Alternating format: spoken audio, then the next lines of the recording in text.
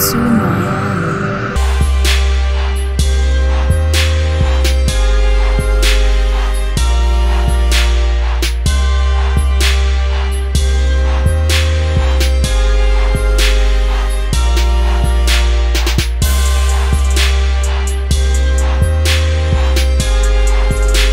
What it do, YouTube? It's that time of week again. Want to make a quick announcement real fast. I'm gonna have to take a quick leave of absence for a little while. I told you guys before that I was moving, and I don't know what it is. It's moving season, springtime. Everybody moves during the springtime. So, like, the internet guy can't make it out for like another week and a half because he can't get around my work schedule. So I'll take a quick leave of absence. I'll try to upload some videos from time to time sitting in the local Starbucks, but just to give y'all guys a little heads up, if we be like, yo, what's going on with Grady? He hasn't posted up a video in God knows how long. But last week, kind of kicking myself. I didn't have any Miami Dolphins news whatsoever last week, so we're gonna kick it off with a little just a couple signings for the Miami Dolphins. Isaiah Peed, ex-running back for the St. Louis Rams, the Miami Dolphins ended up signing him, and also, like, probably the biggest hate pickup this week is Daniel Thomas getting picked up for the third time.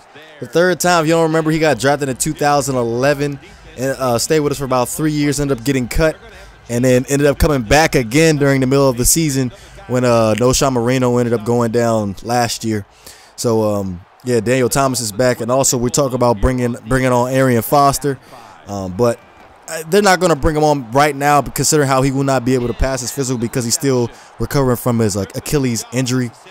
But it just seems like the Miami Dolphins, like these moves. Okay, Isaiah Peed, Daniel Thomas. Like, honestly, when it comes down to Daniel Thomas, I'm not going to hate on Daniel Thomas because I honestly feel like he wasn't used correctly in the Joe Philbin offense, or the Tony Sperano. Was he there for Tony Sperano? I got to look at it again, but. No, he wasn't there for Tony Sperano. He came in for Joe Philbin. But I feel like Daniel Thomas wasn't used right in his system. And like, Daniel Thomas is a good pass catching running back, exactly what Adam Gase is looking for. Because Adam Gase, all he says in his press conference interviews doesn't matter. That he's looking for players that fit, and he's doing a pretty good job at doing that. So I feel like Daniel Thomas still has something left in the tank. Also, Miami Dolphins are in trade rumors with the Kansas City Chiefs. Like, honestly, when the Kansas City Chiefs ended up signing Cassandrick West and Spencer Ware back, or giving them the contract extensions, I'm thinking, okay, the Kansas City Chiefs might be willing to give up Jamal Charles, because they was talking about Jamal Charles being on the trade block. I was like, okay, if we can get Jamal Charles, well, honestly, like, it was kind of up in the air for me, because if I really had to pick, I prefer to have Arian Foster for dirt cheap, but give him a 1-year deal, and then you could be done with it if he can't run the way we want him to run. Now, if you end up doing that with Jamal Charles and he's coming off an ACL tear, you're basically giving something to the Chiefs, and you don't know what you're getting in return in Jamal Charles. I know Jamal Charles is an ex-Pro Bowler, but you're still giving up something and you don't even know what you're going to get out of him. So I prefer to get Arian Foster instead. But it ended up coming down to us talking to them about Niall Davis. And I remember watching Niall Davis, was it last year, when we ended up playing the Kansas City Chiefs, and he ran all over us. Like, he literally shredded us. He's a good pass catcher out of the backfield. Great mixed breed of a running back. Like, those are my favorite type of running backs. Not exactly is good at one specific thing. He's just great. Well, good all the way around, but not really great at one thing. So basically, do anything. Block. He's great. Trucking running back. It can be elusive when he wants to, but hey, it's better than what we got. Like I said this before in the Miami Dolphins offseason preview, that I believe Jay Ajayi could get it done. It's just the fact that he's just so injury prone with those knees. I don't believe in him. I just don't believe it. I think we should have like a little something for insurance to help him out a little bit. So I think Niall Davis will help him out.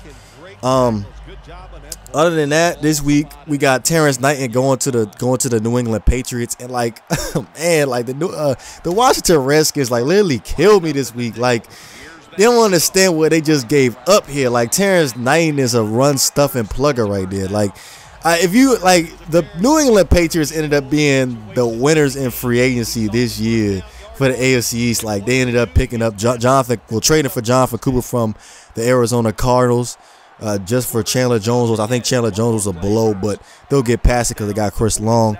And then ended up getting Martellus Bennett and having that dual threat tight end thing going on, like I said last week with the whole Aaron Hernandez and Rob Gronkowski thing. But like, honestly, like, how it's just going to be extremely difficult to stop the New England Patriots this week. But the Washington Redskins end up signing Vernon Davis. I don't know what's going on with Vernon Davis. Like, he's having a steady decline in his career. Can't seem to hold on to the ball. But like, we was regarded as one of the best pass catching tight ends, basically a wide receiver playing tight end because he was so fast. It came out of Maryland. Jared Cook as well ended up signing with the Green Bay Packers. I really like this pickup, considering how, man, is a burner running that vertical route right straight up the field as a tight end. Can't catch either, but I think him working with Aaron Rodgers, I think he'll be a Pro Bowl this year. I really think he'll go to the Pro Bowl because Aaron Rodgers will get him involved. Like, I believe this is the last pass catching tight end that the Green Bay Packers had was probably Jermichael Finley. Last pass they had was Jermichael Finley. So it'll be interesting to see what the Packers do with Jared Cook, considering how they didn't have any consistency with the pass catchers. Nick Fairley went to the New Orleans Saints. Like, the last time I remember the New Orleans Saints actually having a dominant defense is when they had Darren Sharp returning pick. So a great way to start off them revamping that defense is adding Nick Fairley in the middle to plug it up. Nick Fairley hasn't exactly been consistent and turned out to be that first-round pick that we know that he could be. But if he wants to revitalize his career, the Saints would be a good spot for him. But I don't know about him being in that 3-4 defense. I think that's what the Saints run. They run a 3-4 defense. I'm not sure about that.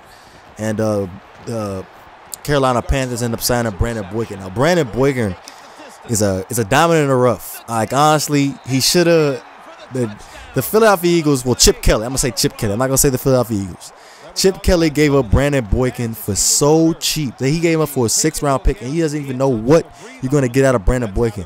Brandon Boykin was possibly the best corner on the Philadelphia Eagles when they had Nnamdi Asomugha and Dominique Rodgers-Cromartie. So you don't really know what you're getting out of Brandon Boykin. But him going down to Carolina, him playing us on the opposite side of Josh Norman, that's an excellent pickup. But other than that, like, it's been really extremely quiet this week. And once again, I'm gonna take a quick leave of absence. Cable people is tripping. They not gonna give me. They can't give me the next couple of days. So I'll be back soon. Hopefully you guys won't miss me too much. But you know what it is. If you enjoyed the content, please don't forget to hit that like and subscribe button. This is Great One DeVore. I'm up out of here.